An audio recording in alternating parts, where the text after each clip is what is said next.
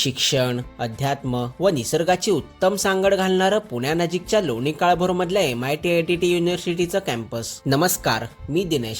तब्बल 120 एकर परिसरात पसरलेला कॅम्पस परिसर पाहायला मी पुण्याहून निघालो. डेक्कनहून मेट्रो पकडून पुणे रेल्वे स्थानकात आलो. सकाळी 7:05 सुटणाऱ्या बारामती एक्सप्रेसने मी लोणीला चाललोय. तब्बल 20 ते 25 मिनिटं उशिराने बारामती एक्सप्रेस पुण्याहून निघाली. पुण्यानंतर हडपसर मांजरी पार करून साधारण 20 मिनिटांनी लोणीला पोहोचलो. स्थानकाबाहेरच हे विद्यापीठ आहे. स्टेशन पासूनच्या कच्च्या रस्त्याने 2 मिनिटं चालत येऊन विद्यापीठाच्या मुख्य प्रवेशद्वारापाशी पोहोचलो. प्रवेशद्वारामधून प्रवेश केल्यावर सुरुवातीला छत्रपती शिवाजी महाराजांचा अश्वारूढ पुतळा लागला. प्रशस्त कॅम्पस परिसरातल्या इमारती, हिरवागार परिसर व शांतता अनुभवत चाललोय. काही पावलं चालत येताच एक कमान लागली. त्या कमानीतून थोडं पुढे आल्यावर अनोखं मंदिर लागलं. मंदिराचा आकर्षक कळस व सुंदर गोपुरम लांबूनच पाहून मंदिराबाहेर आलो. मुख्य प्रवेशद्वारामधून प्रशस्त सभामंडपात प्रवेश केला. मुख्य गाभाऱ्यात महाभारत युद्धावेळी भगवान श्रीकृष्णांनी अर्जुनाला कुरुक्षेत्राच्या मैदानात दाखवलेल्या विराट रूपातील विश्वरूपाची मूर्ती आहे. मंदिराच्या बाहेर येऊन मंदिराच्या मागच्या बाजूला आलो,